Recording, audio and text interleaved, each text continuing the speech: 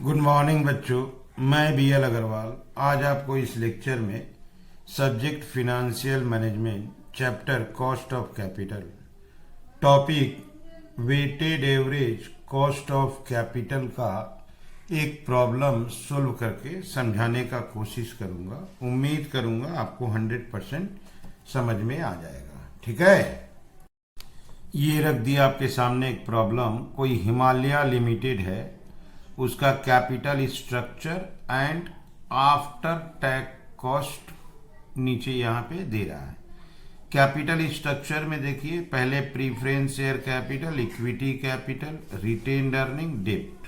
Okay, ये किसका क्या अमाउंट था, this is the book value, और आफ्टर टैक्स कॉस्ट दे रहा है। ईच एंड एवरी कंपोनेंट का कॉस्ट दिया हुआ है। क्वेश्चन बोला गया हमको weighted average cost of capital calculate करना है। ठीक है, सिंपल एक क्वेश्चन है। इसमें यहाँ पे देखिए ये बुक वैल्यू दिया हुआ है, साथ में आफ्टर टैक्स कॉस्ट दिया हुआ है, सिर्फ weighted average cost of capital calculate करना है। ठीक है, चलिए इसको सोल्व करके देखते हैं। ये रख दिया आपके सामने, messrs Himalaya limited computation of weighted average cost of capital.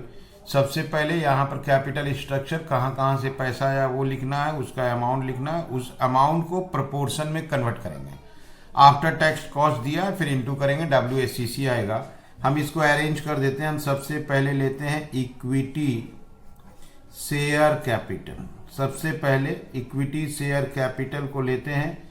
Equity share capital का अमाउंट था 4,80,000। उसके बाद लेते हैं रिटेन्ड अर्निंग्स।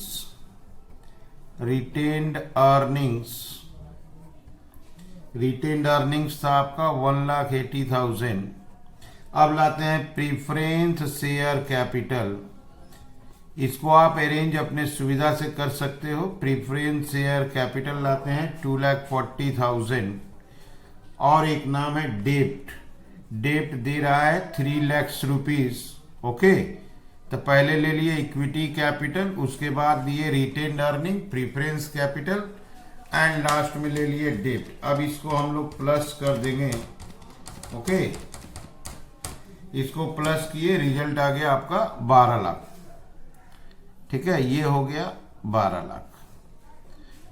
अब इसको प्रपोर्शन में अरेंज करना है। Our total capital structure is 12 lakh, out of which equity capital है 480। तो 4,80,000 डिवाइडेड बाई 12 लाख इंटू 100 करेंगे तो प्रपोर्शन होगा, दैट इज ये 40% के इक्विवेलेंट है।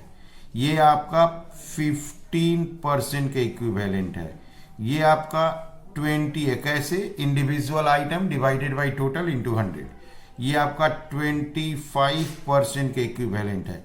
प्रपोर्शन को आप ऐड कीजिएगा, 100 आना ही आना है। ओके, अब यहां cost, after tax cost, equity का कॉस्ट 12% था। कॉस्ट को ध्यान से लिखना है। इक्विटी का कॉस्ट 12% था, रिटेन्ड अर्निंग 9% था, प्रीफरेंस कैपिटल 10 और डेप्ट 6% था। इतना दूर एक बार आप देख लो, उसके बाद फिर वे WACC करेंगे। ये देखो, इक्विटी कैपिटल 480, उसका cost 12%, retained earning 180, cost 9%, preference 240, cost देखो 10%, डेप्ट 3 लाख, कॉस्ट 6%। तो ये इनका बुक वैल्यू लिखे, ऐड किए, 12 लाख आया, इसको प्रोपोर्शन में कन्वर्ट कर दिए, कॉस्ट लिख दिए। इसको इससे इंटू कर देना है, 40 into 12%, that is 4.80। 15 into 9 1.35। Okay, 20 into 10% 2, 25 into 6%। अब लास्ट इसको आप प्लस कर दीजिए।